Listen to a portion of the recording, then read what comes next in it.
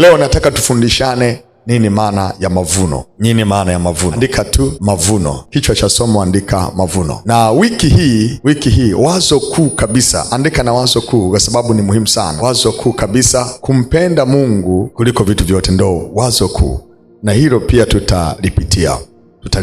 Nini maana ya neno mavuno? Nini maana ya neno mavuno? Tatumia muda mfupi sana. Nini maana ya neno mavuno? Nini maana ya neno mavuno? Mavuno ni sadaka ya shukrani. Kwa wewe unaoandika, andika kabisa. Mavuno ni sadaka ya shukrani inayotolewa kwa Mungu. Ni sadaka ya shukrani inayotolewa kwa Mungu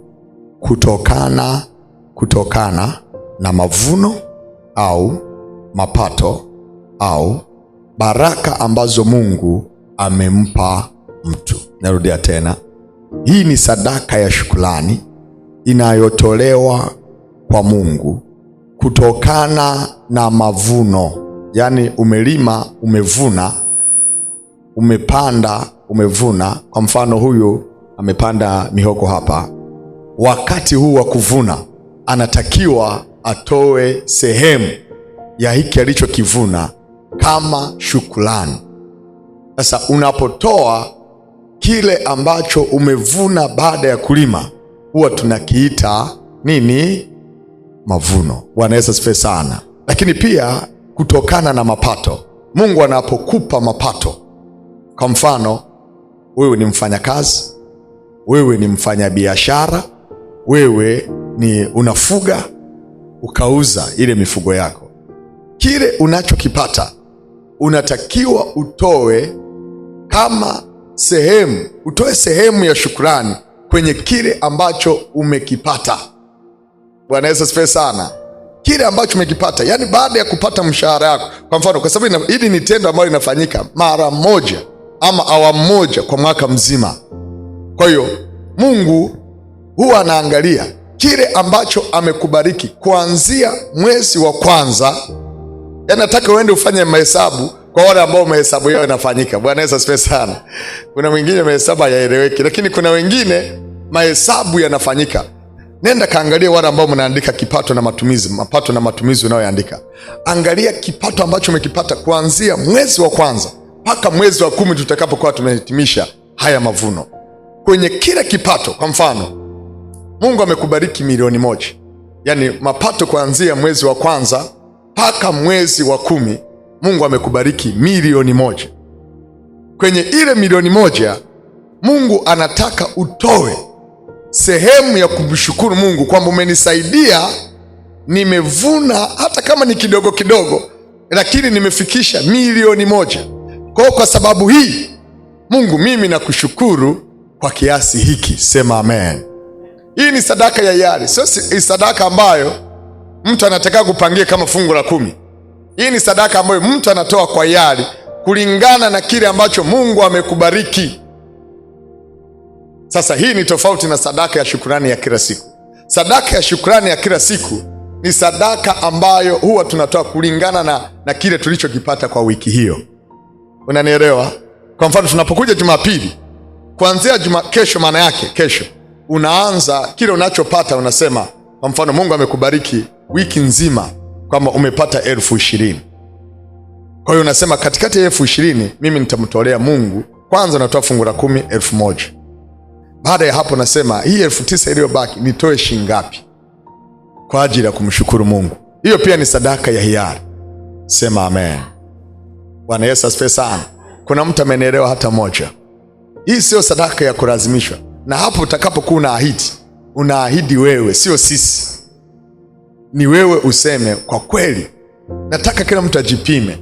Kila mtu ajipime kwa kitu ambacho Mungu amekubariki toka mwezi wa kwanza. 1,000 tupungeane mkono hapo. Yaani hili sadaka, utasikia tu wakati utoaji wa sadaka hapo. Change mpaka unaogopa. Bwana Yesu asifiwe sana. Na mwingine anapeleka kidogo kidogo ili zisilie. Na makoini huwa yana disappoint. Bwana Yesu asifiwe sana. Unapeleka hivi, kumbe kengine kamebaki huku juu. Unashangaa kanadondokea kwenye zingine. Bwana Yesu asifiwe sana. Yaani mimi nataka niwaambie watumishi wa Bwana, kwenye hili kanisa tutazikataa coin kabisa. Sema amen. Sio kama tunakataa sadaka, lakini tunataka tupande viwango. Yaani mimi nataka niwaambie kabisa, mimi kilichonifanya niwe mtoaji, kilichonifanya nianze kuona kutoa, kwanza nilianza kuona kama vile Mungu ananibariki. Naanza kusema hivi, kweli hiki ninachokitoa kinalingana na kile ambacho Mungu kweli ni jinsi nilivyo. Bwana Yesu asifiwe sana.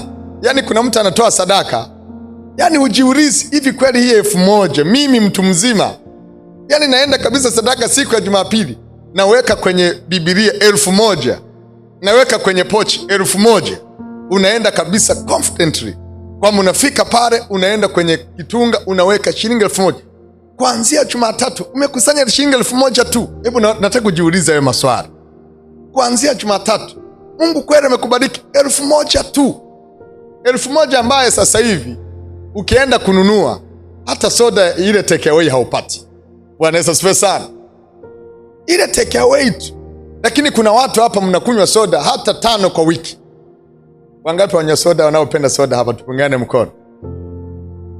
Mke wangu ameisha mkono, anapigaga soda. Bwana Yesu asifiwe sana. Sasa mtu amekunywa soda labda kwa wiki 5. Sasa nataka nikupe namna ya utoaji wa sadaka. Vile ambavyo unavipenda kuvifanya mara kwa mara, punguza. Bwana Yesu asifiwe sana. Yaani kama unapenda kunywa soda, kama nakunywa soda labda 5 kwa wiki. Kuna wengine siku haipiti kabisa, haipiti kabisa. Atena, nipe furu sana hapo. Bwana Yesu asifiwe sana. Furu sana zinanyweka. Sasa nataka nikupe kwamba si unapenda kunywa furu sana, punguza. Punguza. Nenda utasema nitakunywa furu sana 1 au 2. Ile nyingine ambayo ulikuwa unatumia furu sana, peleka sadaka kanisani. Bwana Yesu asifiwe sana. Kwa sababu unaweza kusema mimi sina kipato, lakini nataka upunguze kwa yale matumizi yako. Kuna wale ambao wana smartphone, kila siku wananunua bando. Kila siku wananunua bando. Yaani siku haipiti hata kama utanunua bando la shilingi 1000, lakini umenunua nini? Bando. Unanunua bando Jumatatu mpaka Jumapili 1000. Hiyo ni shilingi ngapi? 7000. 7000 umetumia tu kununua bando, uende kuangalia vitu, kuangalia mitandao. Unaingia TikTok dakika 2 bando limeisha. Bwana Yesu asifiwe sana. Unaingia Instagram dakika ngapi? Bando limeisha. Unaingia wapi? Dakika chache tu. Can you imagine unatoa shilingi 7000 kuangalia vitu ambavyo havikusaidii, halafu siku ya Jumapili Mungu ambaye amekubariki, Mungu ambaye amekulinda, Mungu ambaye amekupa afya, Mungu ambaye anawalinda watoto wako usiku na mchana, unatoka huko umekuja mkononi na shilingi 1000. Unamtendea kweli haki Mungu? Nataka tuseme tu, hiyo ni haki kweli unayemtendea Mungu? Nataka tu ujiulize, unamtendea Mungu kweli haki? Kwamba utoe 7000 kununua bando, lakini kwenye kazi za Mungu za namna hii kanisani utoe shilingi 1000. Utoe shilingi 500. Sasa nataka tu nikupe hapa kwa nini unatakiwa utoe sadaka bila kuangalia. Bila kuangalia. Fungua na mimi kitabu kile cha Methali, ile sura ya 3. Kitabu cha Methali sura ya 3. Kitabu cha Methali sura ya 3. Methali sura ya 3. Methali sura ya 3. Methali sura ya 3 na mstari ule wa 9 na wa 10. Methali sura ya 3 mstari ule wa 9 na wa 10. Uandike kabisa huo mstari uwe na kukumbusha kila siku. Methali 3 mstari wa 9 na wa 10, maandiko yanasema, Mheshimu Bwana kwa mali yako. Mheshimu Bwana kwa mali yako. Mheshimu Bwana, hili ni muhimu sana, acha niirudie tena. Mheshimu Bwana kwa mali yako na kwa malimbuko ya mazao yako yote. Na kwa malimbuko ya mazao yako yote. Halafu anasema, ndipo gara zako zitakapojazwa kwa wingi ndipo gara zako zitakapojazwa kwa wingi, mashinikizo yako yatafurika divai mpya. Bwana Yesu asifiwe. Anasema muheshimu Bwana kwa mali zako. Hiyo. Halafu anasema na kwa malimbuko ya mazao yako. Malimbuko ya mazao ni mavuno. Kuna aina mbili za malimbuko. Kuna malimbuko ya kwanza ambayo ni first fruit, matunda ya kwanza. Kwa mfano, huyu alipolima mihogo hapa, anapovuna mchumo wake wa kwanza ule, anapoenda kuvuna siku ya kwanza kabisa, yale mazao ya kwanza ya siku ya kwanza ambayo unayavuna hapa, unatakiwa utoe sehemu ya kupeleka kanisani. Bwana Yesu asifiwe sana. Okay, kwa wafanya biashara, unapoanza kufanya biashara siku ya kwanza, yani kwamba ndio umefungua duka, mauzo ya siku ya kwanza, lazima utoe sehemu ya shukrani kama first fruit, matunda ya kwanza ya biashara yako. Unanielewa? Umefuga kuku, unapoanza kuuza ile siku ya kwanza, lazima utoe sehemu ya malimbuko ya kile ambacho umeuza. Sasa watu hapa tunalima, hatuleti mavuno. Tunaenda tunaanzisha biashara, hatuleti mavuno. Mungu anatubariki kazi, ule mshahara wako wa mwezi wa kwanza unatakiwa utoe sehemu ya mavuno, sehemu ya malimbuko ambayo unasema hii ni first fruit. Sema amen. Sasa faida yake ni nini? Unapotoa mavuno ya kwanza, unamwambia Mungu, wewe ni sehemu ya hiki kitu ninachokifanya leo. Kwa hiyo Mungu akiwa sehemu ya hicho ninachokifanya, kama ni biashara, ndipo utakapoona baraka. Kuna dada moja alinishangaza sana. Siku moja akanipigia akaniambia, mwisho kwa hapa, kaja kanisani. Mimi niko Kijitonyama. Akaniletea mshahara wake wote wa kwanza, na sijui alifundishwa wapi wote. Mimi akaniambia, huu ni mshahara wangu wa kwanza, kwa sababu nimepambana kupata kazi, hakupata kazi. Kwa hiyo akaniambia, huu ni mshahara wangu wa kwanza. Nikamwambia hapana, naomba uikate katikati ili na wewe upate. Akasema hapana, kwa sababu hata kabla sijapata kazi nilikuwa nakula nini? Bwana Yesu asifiwe sana. Huu mwezi mmoja tu nitashinda kuishi.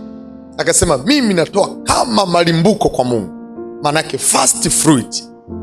Sasa sisemi ukatoe kila kitu chote. Huyu aliamua kutoa kwa staili hiyo. Hata sadaka ya malimbuko ya ile ya first fruit ni sadaka ya hiari pia. Unatoa kulingana na kile unasema, kwa kweli nimehangaika kupata kazi kwa miaka mingi hivi, Mungu amenibariki kazi, nishindwe kutoa sehemu. Unaenda unatoa kama malimbuko yako ya kwanza kwenye mshahara wako, ili Mungu aende na wewe kwenye kipindi chochote utakapokuwa katika hiyo kazi. Amen. Na utafanya hivyo kila unapoanza mwaka, lazima utoe malimbuko, au watu tunasema ni mbegu ya kwanza, kupanda na Bwana. Bwana Yesu asifiwe sana. Au kupanda na Bwana, wao mnapanda. Sasa wewe ukishaenda kazini, wakati unaendelea kwenda kazini, ile ambayo ungeitoa kama malimbuko, unaitoa kama panda na Bwana, ili huku mwishoni unakuja unatoa nini? Malimbuko ya mavuno. Malimbuko ya mavuno sasa ni ile sasa kwamba umevuna sasa hapa. Baada ya kuvuna ndio unasema sasa napeleka kama shukurani ya kuvuna. Sema amen. Faida yake ni nini? Amesema ukimkumbuka Mungu kwa malimbuko yako, ule mstari wa 10 anasema ndipo gara zako zitakapojazwa kwa wingi. Hiyo ndio faida yake, kwamba utakapotoa sadaka ya mavuno ndipo gara zako. Sasa nataka niwaambie watumishi wa Mungu, unaona watu wengi wa nje wanavyokimbilia kutoa sadaka kwenye makanisa.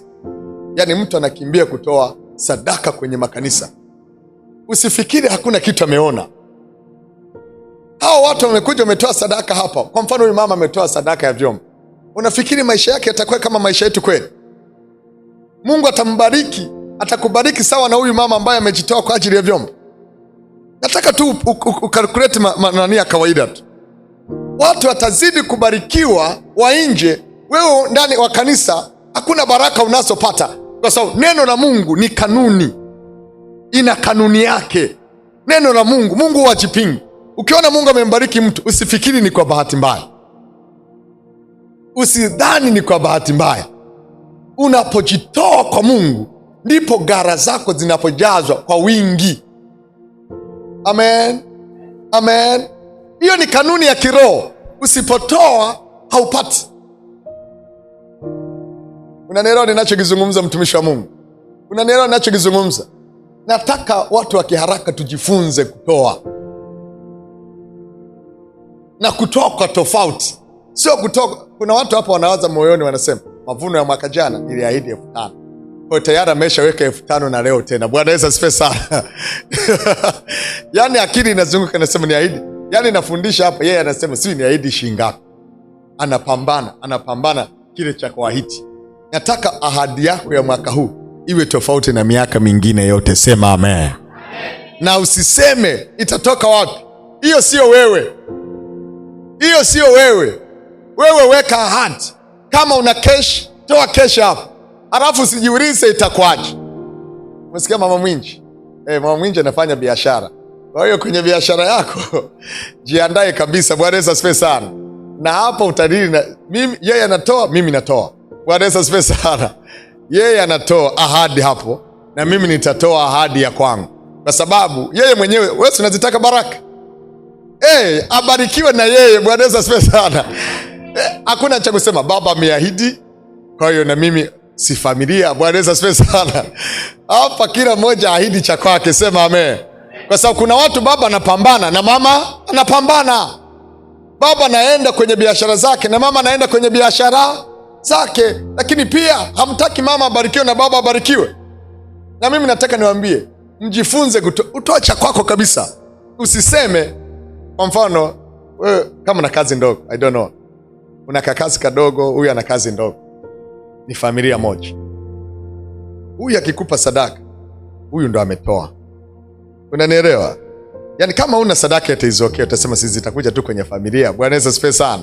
Lakini kama una kazi na huyu ana kazi, wewe huyu akikupa sadaka, maana yake umetoa sadaka ya huyu. Amen.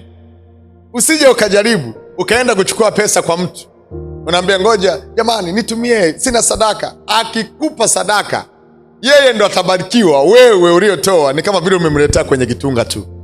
Bwana Yesu asifiwe sana. Umemletea kwenye kitunga. Kwa hiyo usitarajie wewe utabarikiwa, kwa sababu ulichotoa hakikutoka kwenye biashara yako. Kwa hiyo Mungu anapobariki, anabariki biashara iliyotoa. Ndio maana waombaji anasema na ubariki mahali iliko toka. Sasa kama aliyekupa ni dada ambaye unauza nini? Samaki. Na uniletee. Bwana Yesu asifiwe sana. Uniletee, tutakuwa hapo, tutakuwa na nini, na kikao. Sawishi mbali. Utaniletea. Bwana Yesu asifiwe sana. Huyu amepambana, ameenda mpaka feri, amekuja, ameweka hapa. Kama ameenda feri ya Bagamoyo au Posta, it is okay.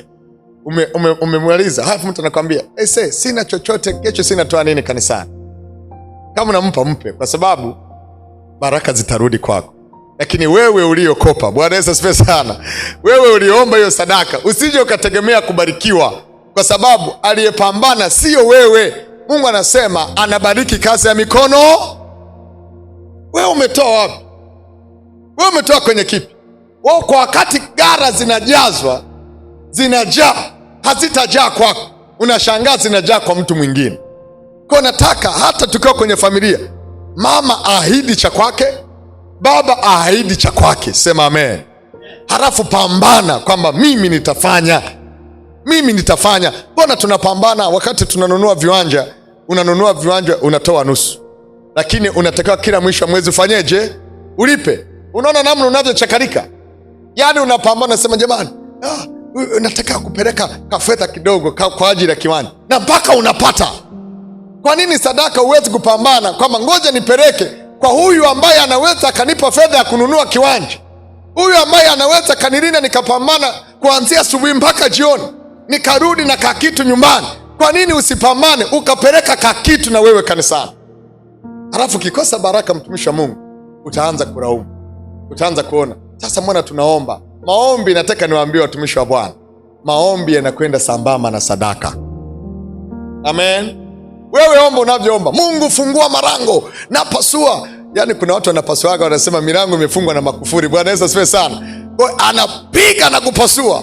Mungu anasema hapana, huu mlango unataka ufunguke baada ya wewe kutoa sadaka. Sema amen. Bwana Yesu asifiwe sana. Na mimi nataka nikupe ushuhuda wangu. Mimi nilichelewa kuingia kwenye uinjilisti. Uinjilisti huu. Nilikuwa nafanya uinjilisti wa kujitegemea.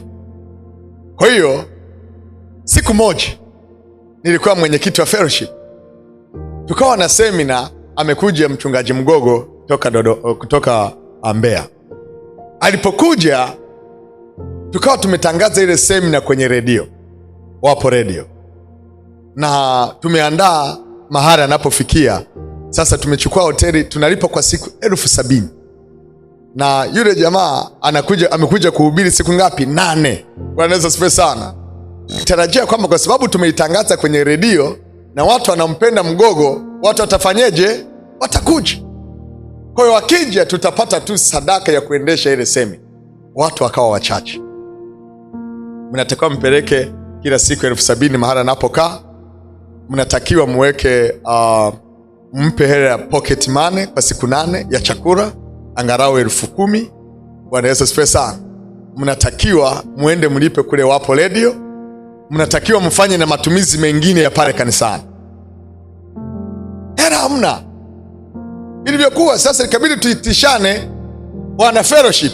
Tukasema jamani, sasa hapo tumekwama. Tufanye nini? Tujichange angalau kidogo kidogo. Huyu 2,000, huyu 1,000 ngapi? Huyu 1,000 ngapi? Kwa watu wakaahidi. Nataka niwaambie wakati ule aliyeahidi kitu kidogo kabisa ilikuwa ni mimi. Bwana Yesu asifiwe sana. Niliahidi 20,000, wengine 50,000, wengine 100,000, wengine 200,000, wengine 100,000 ngapi. Sasa wakati nakwenda kutoa, of course wakati ule nilikuwa naishi maisha ya shida sana. Nimemaliza chuo, sina kazi. Kwanza nilikuwa na kazi, nimeacha kazi. Nimekuja kwenye utumishi huko, nasema sasa nataka nipambane kwenye utumishi. Utumishi milango imefungwa. Bwana Yesu asifiwe sana. Upati mwaliko mahali. Kwa hiyo umeacha kazi, unategemea nitakuwa napata kitu. Hamna kitu. Mchungaji ameniambia utakwenda nasimama madhabahuni. Nataka niambie nilikuwa naenda hata Sunday allowance sipati. Bwana Yesu asifiwe sana. Yaani unatoka pale unaenda unajipambania maisha. Nikawa naishi maisha ya shida. Kwa kila ninachokipata kidogo, umeitwa kwenye huduma kule, umepata 1,000 unaiweka. Na nini ikapanda mpaka nikafikisha 600,000. Wakati sasa naenda kuchukua 20,000 niende nitoe sadaka, Mungu akaniambia usitoe 20,000, toa 400,000. Sasa nilianza kukemea hapo. Bwana Yesu asifiwe sana. Mimi nawaambia nilikemea, nikamwambia Mungu, huyu ni shetani kabisa. Hakuna Mungu hapa. Yaani kwenye 600,000 unaniambia nitoe 400,000 nzima. Nikasema hii ni sauti yangu, hii sio sauti ya Mungu. Lakini nataka nikwambie ile nguvu ya kutoa 400,000 ikawa kubwa. Kubwa kabisa. Sijawahi ku experience ile nguvu. Nikijaribu kutoa 20,000 nakataa. Ikabidi nimpigie mhazini wa fellowship. Kama naomba namba ya kule Wapo Radio. Kwa tulikuwa ni kwa 400,000, tumetangaza kwa 400,000. Kwa hiyo akanitumia, akaniambia unataka ufanyeje? Kama kuna mtu amekupa pesa unipatie. Bwana Yesu asifiwe sana. Nikamwambia hapana, wewe nipe tu. Kwa mimi nikaituma kwa mhazini kule Wapo Radio. Nilipoituma iliniuma kweli kweli. Bwana Yesu asifiwe sana. Yaani siku ile Mgogo anahubiri simsikii, yaani nawaza hela tu. Mgogo anachekesha. Unafikiri mimi nacheka? Yaani akili yote. Kwa sababu hiyo 400,000 mtumishi ukiambia nimekusanya kwa miaka mingapi? Utashangaa. Bwana Yesu asifiwe sana. Alafu imeondoka kwa siku moja. Nikasema hii hapana. Kuna waza. Nasema mpaka nije nikusanye tena ifike 600,000. Kwa sababu wakati ule sijaoa. Kuna pambana nipate, nilikuwa naishi kwa mama mmoja amenichukua tu, nimeenda kukaa. Kuna pambana nipate pesa nikapange. Lakini pia nijipange niende kuoa. Bwana Yesu asifiwe sana. Halafu imepungua, umerudi 0. Nikasema haya maisha yatakuwa magumu sana. Lakini nataka nikwambie mwezi haukupita. Mwezi haukupita. Kuna mtu mmoja niliwahi kuomba naye kwa simu. Mpaka leo kiniambia sijawahi kumuona kabisa. Sijawahi kumuona kabisa huyo mama. Niliomba naye kwa simu. Baadaye akanipigia simu. Akaniambia mtumishi, I say, nimekuwa na msukumo mkubwa sana. Mungu ananiambia nitoe sadaka kwako. Kwa hiyo nimekuwa nikipambana kama nilivyokuwa napambana mimi, na yeye alikuwa anapambana kule. Bwana Yesu asifiwe sana. Lakini can you imagine, akaniambia naomba unitumie details zako za M-Pesa kwa sababu yuko nje ya nchi. Nikamtumia detail. Nilivyomtumia detail haikupita hata dakika 5. Sasa hakuna kipengele kigumu tumekwambia natuma sadaka. Bwana Yesu asifiwe sana. Muda wote unaangalia simu. Yaani ukisikia lile message ukakuta ni message za Tigo, unachanganyika sasa pusi kabisa. Unafuta hapo hapo. Bwana Yesu asifiwe sana. Sasa message gani hizi? Yaani naangalia simu na kwenda tukupita dakika nyingi. Ghafla nashangaa yule mama amenitumia 400,000. Sema amen. Nikapumua, hela yangu imerudi. Bwana Yesu asifiwe sana. Nataka nikwambie yule mama alitoa sadaka ya fungu la 10 kwangu kwa miaka 2 kama na nusu. Kila mwezi alikuwa anatoa 400,000. Kila mwezi anatoa 400,000. Kila mwezi. Na wakati nafunga ndoa, yule mama akasema usinunue chochote. Yaani nguo aliyovaa mama, nguo nilizovaa mimi, kila kitu alitoa yeye. Bwana Yesu asifiwe sana. Na sijawahi kumuona mpaka leo. Kuonana hivi hatujawahi kuonana. Kwa moyoni nikasema, kumbe ningetoa 20,000, ningekuwa napata 20,000. Bwana Yesu asifiwe sana. Hii sio utani. Kiwango unachopata cha baraka kinategemea na utoaji wako pia. Nakwambia kama unataka ukuaji wa baraka, Mungu huwezi kuwa unampa shilingi 10,000 halafu kawika akakubariki shilingi 10,000. Haiwezekani, nakwambia kabisa. Haiwezekani. Lazima Mungu atakupa zaidi ya kile ambacho unakitoa. Kama unabisha, anza kujipa challenge kwamba mimi natoka kwenye upako wa shilingi 1,000, nitaanza kupanda angalau shilingi 2,000. Uone kama mabadiliko ya kipato chako hakitabadilika. Unafikiri maneno yangu? Fungua na mimi kitabu kile cha Wakorinto wa pili, ile sura ya 9. Wakorinto wa pili, ile sura ya 9 na mstari ule wa 6 mpaka 11. Alafu tunaishia hapo, na baada ya kuishia hapo tutainuka na kuanza kupledge.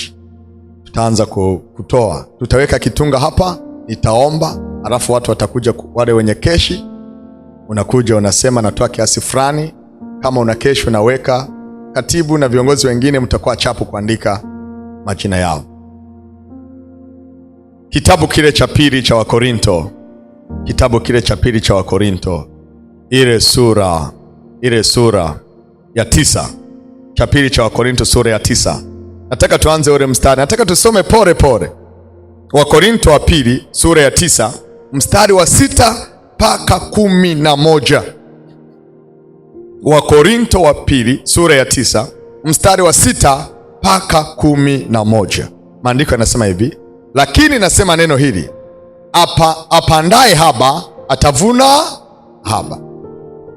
Mtumishi, nataka nikwambie, unachopanda leo ndicho utakachovuna. Sema amen.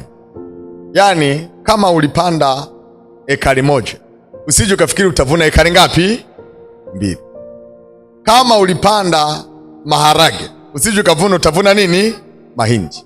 Bwana Yesu asifiwe sana. Kile unachopanda ndicho utakachovuna. Anasema namna hii, apandaye haba atavuna haba, apandaye kwa ukarimu atavuna kwa nini? Alafu anasema kila mtu na atende kama alivyokusudia moyoni mwake, si kwa huzuni wala sio kwa lazima, maana Mungu hupenda yeye atoae kwa moyo wa ukunjufu. Yaani unapotoa sadaka hii, mwanangu, usitoe huku unanungunika. Siku moja nitakufundisha, wakati Mungu anawaambia wana wa Israeli kwamba unapoenda kutoa sadaka, usimtoe sadaka aliye na kilema. Unanielewa? Kwamba alikuwa anawaambia, kwa sababu zamani walikuwa wanatoa sadaka za ng'ombe, wanaenda wanachinja, tofauti na leo. Wanasema kama unakwenda kutoa sadaka kwenye madhabahu, usitafute yule ng'ombe ambaye ni kilema au amekonda, au unaona kabisa kama huyu ng'ombe hazai. Bwana Yesu asifiwe sana. Kuna mwingine atampeleka sadaka kwa sababu hazai. Kuna mwingine atapeleka kwa sababu amekonda sana. Kuna mwingine atapeleka kwa sababu amezeeka sana, ndo anapeleka sadaka. Mungu alikuwa anaziita sadaka hizo kama sadaka za kirema. Bwana Yesu asifiwe sana. Mungu anasema, anawaambia wana wa Israeli, mnapopeleka kutoa sadaka, nendeni mtoe sadaka iliyo bora. Sasa nakuja kukwambia, wakati Kaini na Habili wanaenda kutoa sadaka, Biblia inasema wote walitoa sadaka ya mavuno. Wote walitoa sadaka ya mavuno, lakini mmoja akatoa sadaka iliyo bora. Ukisoma anasema Habili akatoa ng'ombe walionona. Unanielewa? Mwingine akaenda akatoa mazao. Habili alitoa ng'ombe, huyu akatoa mazao. Huyu akatoa mazao ambayo sio ya kawaida, sio mazuri. Mungu akaiona sadaka ya Habili ni nzuri kuliko sadaka ya nani? Ya Kaini. Unanielewa ninachokuzungumza? Kwa hiyo Mungu anasema unapotoa usitoe kwanza kwa kulazimishwa. Yaani uende utoe kwa furaha. Utoe kwa moyo mkunjufu. Usiseme sasa, jamani mimi kwa kweli unajua hata sijamaliza ada za watoto, unajua sijafanya. Yaani unakuja hapa mbele unanungunika. Bwana Yesu asifiwe sana. Utaona baraka za Bwana. Utaona baraka za Mungu. Utaona. Mungu anasema na ufanye kama ulivyokusudia ndani ya moyo, wala sio kwa kulazimishwa, lakini utoe kwa moyo mkunjufu. Alafu anaendelea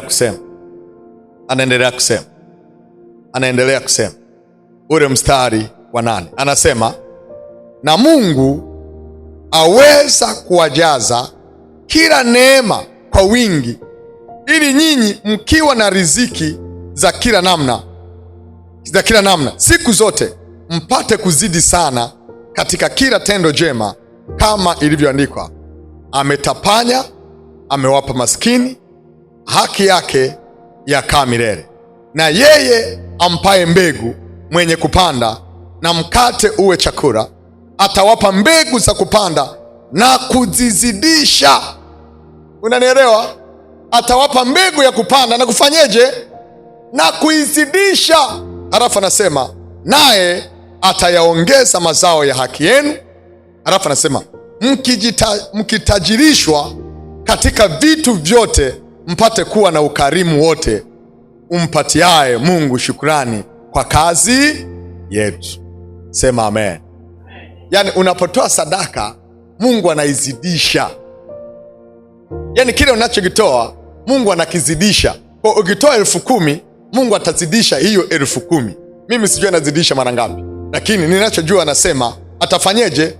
Atakizidisha. Tena anasema na yeye ampaye mbegu. Ukishatoa mavuno, wakati wa kupanda Mungu lazima akupe nini? Mbegu. Hata hawajanielewa. Bwana Yesu asifiwe sana. Yaani unapotoa mavuno, faida yake wakati wa kupanda Mungu lazima akupe mbegu. Halafu anasema hiyo mbegu ataizidisha. Maana yake kama umepanda maharage, tunajua unapandaga mbegu moja ile, lakini wakati wa kuvuna unavuna mbegu moja. Ukipanda muhindi, tunapanda mbegu moja, wakati wa kuvuna unavuna mbegu moja.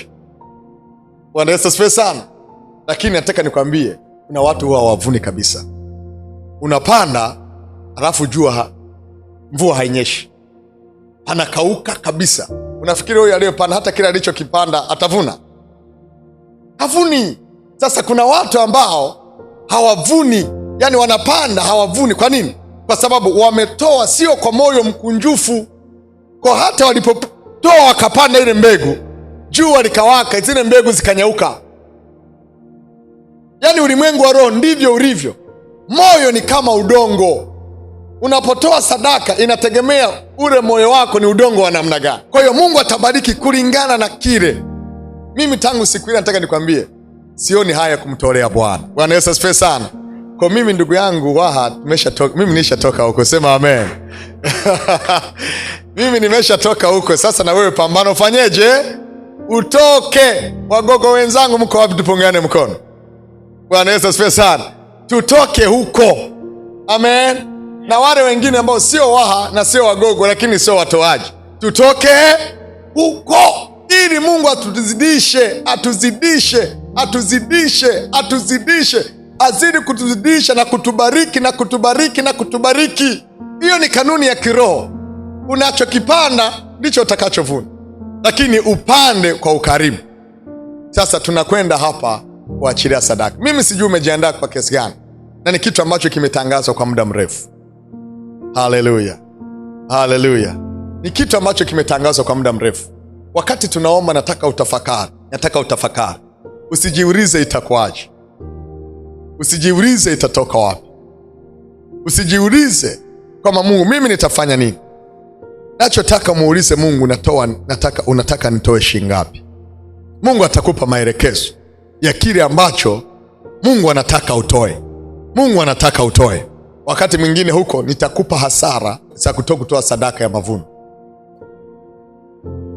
Mungu ameweka hasara zake, ametoa hasara zake. Ametamka kabisa, wasiotoa sadaka hii ya mavuno, hasara zake ni hizi. Hasara zake ni hizi. Nitakupa. Lakini nataka hapa utafakari leo, unaenda kumtolea Mungu nini? Na unapotoa, mpaka watoto wako nataka wajumuishe ndani yake. Bwana Yesu asifiwe sana. Kwamba nataka kutoa kwa ajili ya Mungu hii. Na kila Jumapili tutakuwa tunaomba hapa kwa ajili ya wale wanaokuja kuachilia sadaka ya mavuno. Sema amen. Ili Mungu akubariki zaidi, ili Mungu akuonekanie zaidi. Simama kwa miguu yako. Nataka wakati tunaombea hiyo sadaka ya mavuno, utakuwa unatafakari kama Mungu amenibariki kuanzia ile tarehe ya kwanza mwezi wa kwanza mwaka huu mpaka leo. Ni mangapi Mungu ameyafanya kwangu? Nimepata baraka kiasi gani? Hivi kweli hiki ninachotoa kinastahili? Hiki ninachotoa kinastahili kweli? Kinastahili kweli? Utoe kwa moyo. Utoe kwa moyo. Sema, Yesu, katika jina la Yesu na kwa damu ya Yesu, wewe ni Mungu, wewe ni Bwana, wewe ni mfalme. Ninakushukuru Mungu kwa kuwa wewe ni mwaminifu, Mungu wa upendo, Bwana wa upendo na mfalme wa upendo. Katika jina la Yesu na kwa damu ya Yesu, katika jina la Yesu na kwa damu ya Yesu. Ni wewe Yesu, hakuna mwingine. Nimesikia neno lako, nimesikia moyo wangu, na Bwana, ninajua utanipa cha kutoa. Utanipa cha kutoa, maana umenibariki tangu mwezi wa kwanza mpaka leo.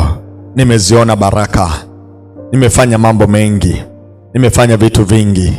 Na kuomba Bwana unisaidie na uniondolee ule uzito wa kutokupenda kutoa sadaka, ule uzito wa kutokupenda kutoa sadaka. Uniachie, uondoke katika jina la Yesu. Kuanzia leo, Mungu wa rehema, unipe kutoa kwa moyo mkunjufu, kwa moyo wa amani, kwa moyo wa upendo, kwa moyo wa uaminifu. Yesu, katika jina la Yesu. Ni kweli Bwana, ni kweli Baba, nina maisha magumu, nina mambo mengi ya kufanya, lakini nakuomba unisaidie miongoni mwa watakaobarikiwa, na mimi nibarikiwe nitakapotoa sadaka ya mavuno katika jina la Yesu na kwa damu ya Yesu. Ninaomba Bwana unipe hekima ya utoaji, unipe hekima ya utoaji, unipe hekima ya utoaji kuanzia leo, kuanzia sasa, kuanzia leo, kuanzia sasa, katika jina la Yesu. Acha nikuombee. Mungu, nakuomba ukawabariki watoto wako hawa. Mungu, wewe unajua hali zao za maisha, unajua kabisa kila mtu aliyoko hapa. Unajua kila mtu ana vipengele vyake ambavyo Bwana anatamani akamilishe. Akiangalia kipato chake ni kidogo, lakini Mungu, pamoja na hayo, umetuagiza kutoa sadaka ya mavuno. Sio sadaka ambayo Mungu tumeitangaza sisi kanisani, ni sadaka ambayo ipo kwenye Biblia.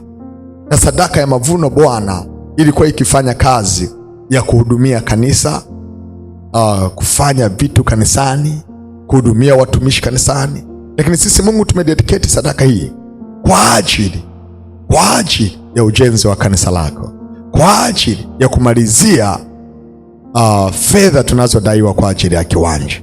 Naomba Mungu tusaidie.